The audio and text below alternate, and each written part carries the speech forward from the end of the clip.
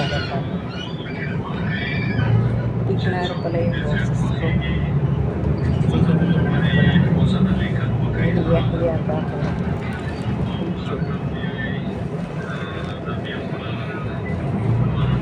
Pauwi na ako ng KT Almeria.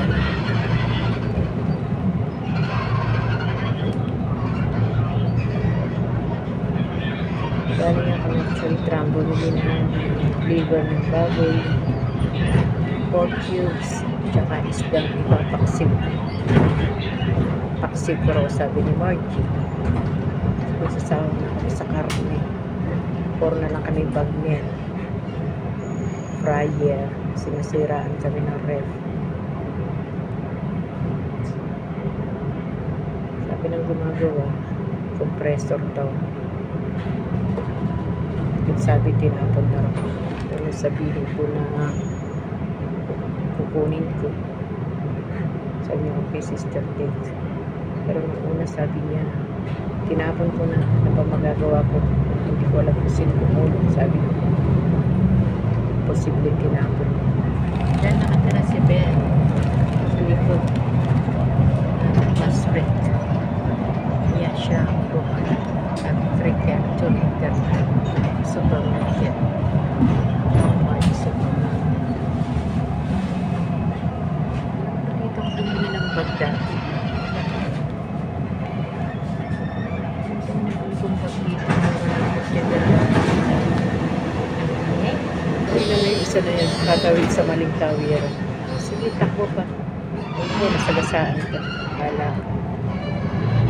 Hindi na pumunta sa tamang tawiran. Pa ng polis. Multa po dyan ay 400. Ito lang lang ng tawiran na ayaw nyo.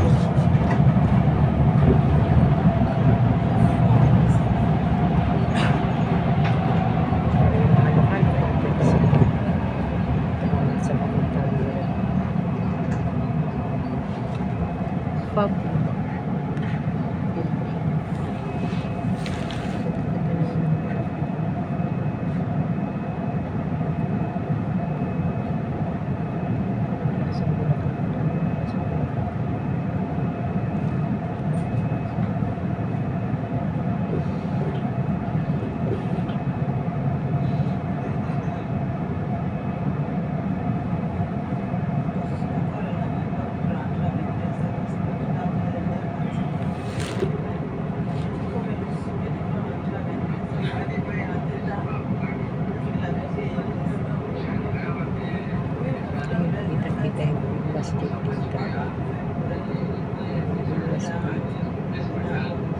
Kita rito sila sa harapan.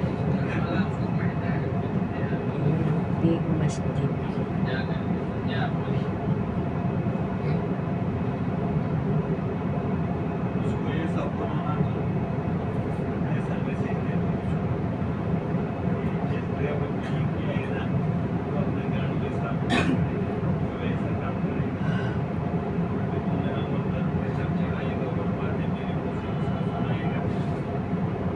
Go na siya.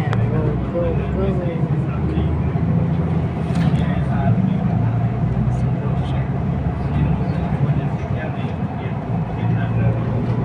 Sa Pinas, pwede kang tumawid ano? Kahit na may mga Pinas sakyan. Hindi sa highway. Mas tindahan ng highway. Dito rin naman. Kaya ingat-ingat ka. Baka may pulis dyan. Punta ka. 100 dirham. Ay ka. Bigat sa usan. Ito Altoba na ito. Altoba.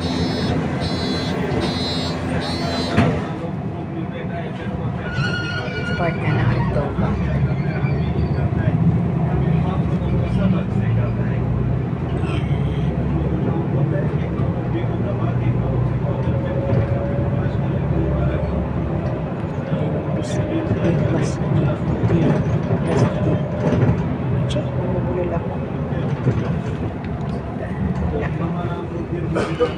Meron ang pupunta niya para picture taking.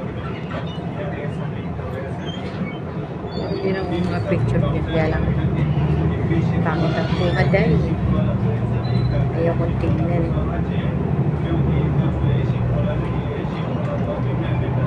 Nakikita na yung aking katandaan. Hindi ko makita yung aking katandaan. Kaya run about na sinasabi. Sa run about na yung yun din pwede ka rin yung picture-picture. Kanya-kanyang design yan. Mga run about dito may kanya-kanyang design. Papakita ko sa inyo. Ano maganda kung nakasakay ako sa private car. Magbibideo ko yung mga views about na run about. Yan, go na siya. Kasi kami lumipod dyan. Okay, dyan paano siya lumipod? Grabe. Okay. Yung mga driver na bus dito magigaling.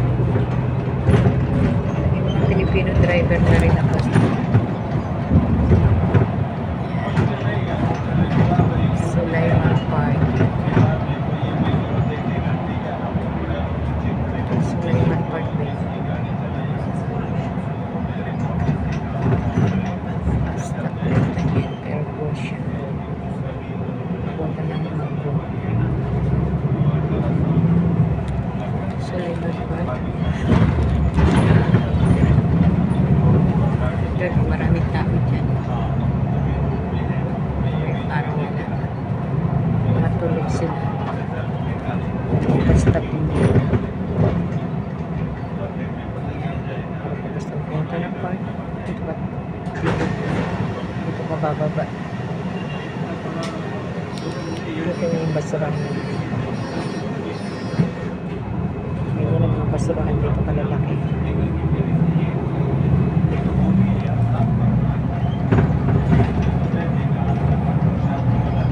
Kaya pinipick up ng truck. Sa araw wala yung mga truck. So ganyan na sila nag-pick up. Basura.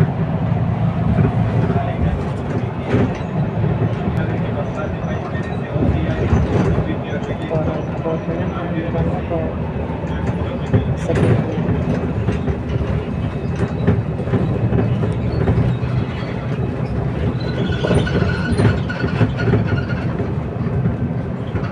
Ito ang pinakadelikadong tawiran. Marami ako.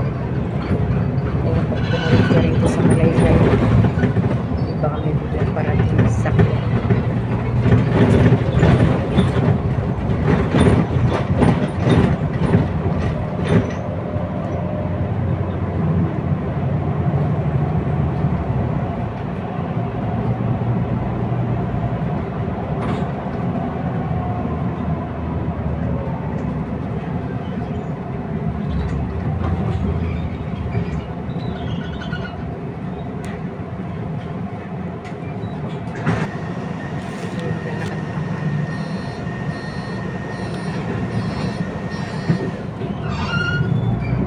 Pasok siguro siya ng trabaho. Sa Fair Market.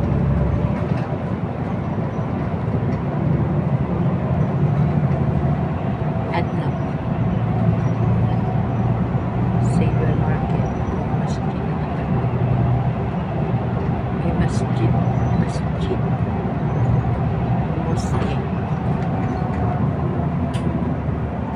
Hindi mo na pinili ng basta dito kung sa city dito.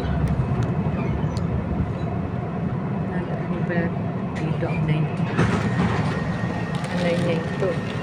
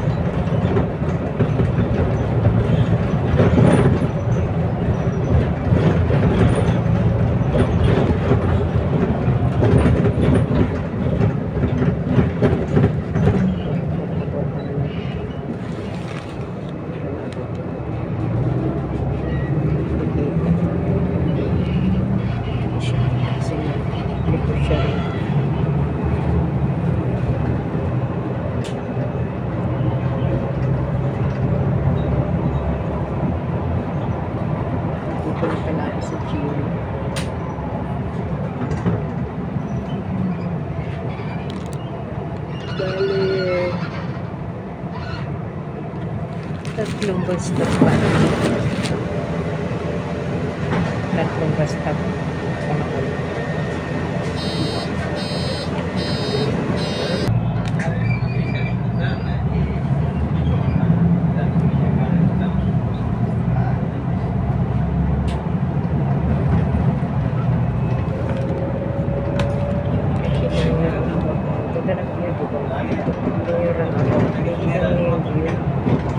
Malaking tasa.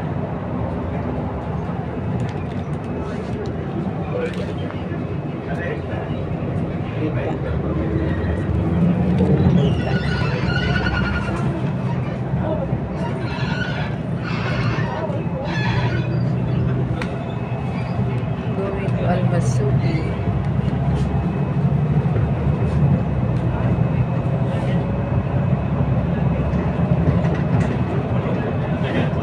Lapit na tayo sa Cherry's Place. So, taga rito si Cherry, kaya tinawag ng Cherry's Place. Ito yung bus stop ng Cherry's Place. Kasi kaya makikita ko si Cherry dito. Sasakay bigla. Nagulat siguro yun.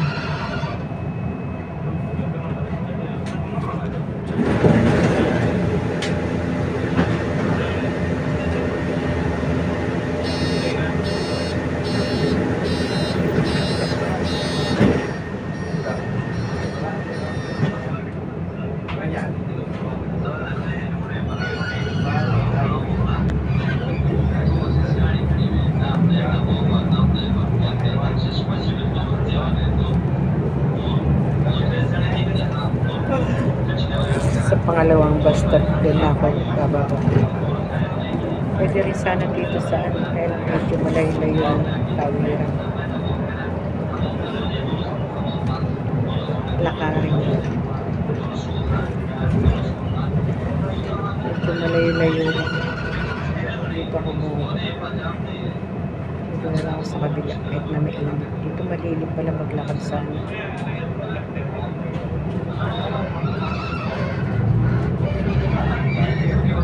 Sa kabila.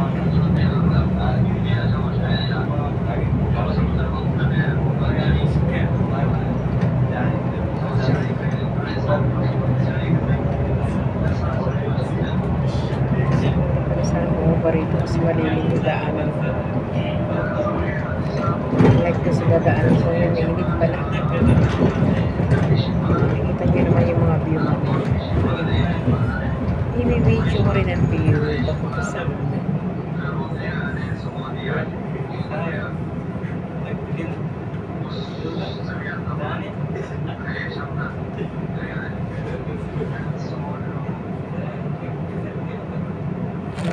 KG. Ito na KG. Sabi ko itong KG.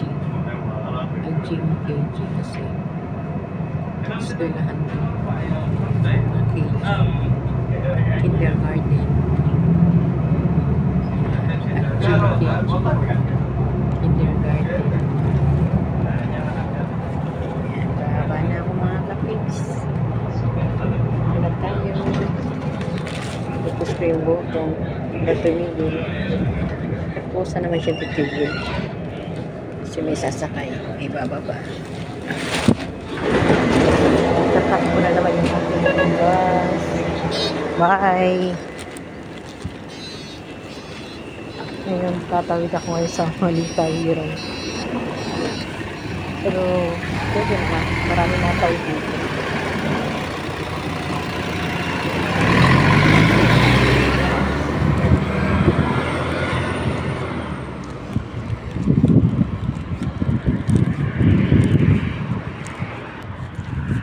Patlang ang mga tanim din. Hindi maganda.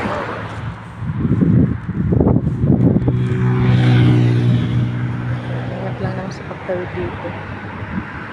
Naparaan naman yung sakya.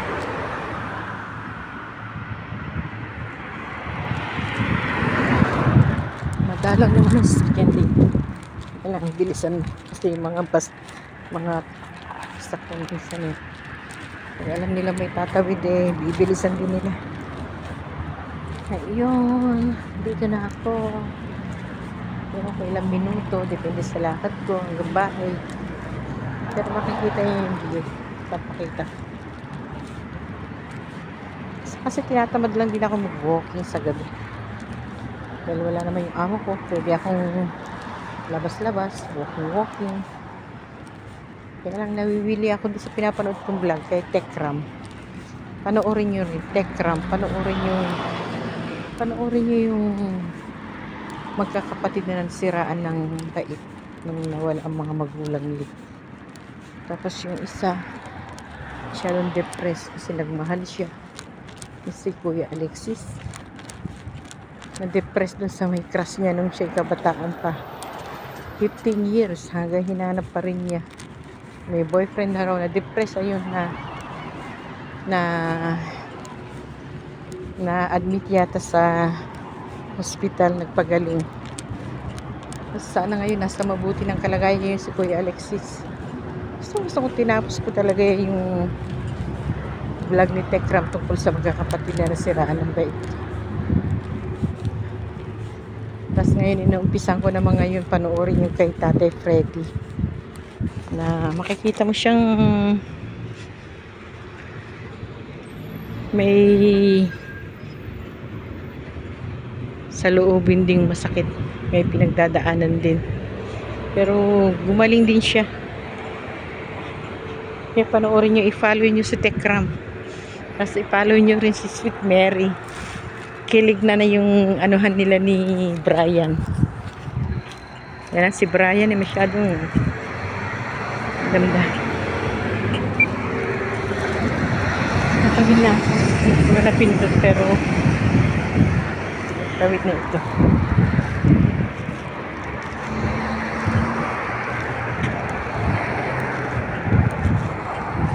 Hello. Ang ganda ng aming harapan. Ganda ng mga bulaklak. Violet siya. Lavender siya. Diba? Ganda. Pati yung mga puno. Tinitrim yan yung mga puno na yan. Para maging ganyan na itsura niya. Sa harapan ng Monte Carlo Ladies Salon Spa. Ayan si sa malakihan ko pala. Ang ganda dito.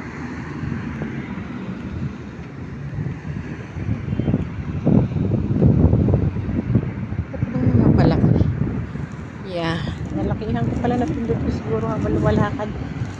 Pagkat mo din ang view.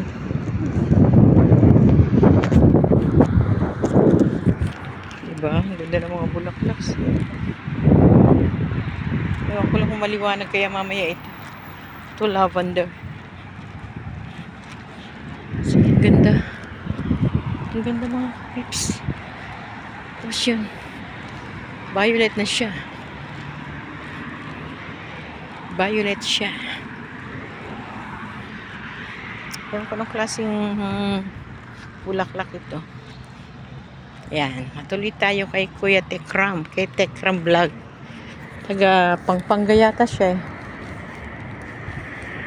Tapos yung kanya mga tinulungan magkakapatid. Taga Salapungan. Yung magkakapatid. Yung kuya nila nagtaguyod sa kanila. Tumayong parang magulang na. 17 years old lang daw siya noon. Na parang siya nagde-depress na. Paano niya nagaan yung kanyang mga kapatid. 17 years old daw siya. Panoorin nyo. Ganda panoorin yun. Tekram Vlog. Dami niyang tinutulungan. Napaganda niya yung buhay ng magkakapatid. Isa sikat na rin na vlogger yung ewan ko, bunso. Si Jano yan. Panoorin.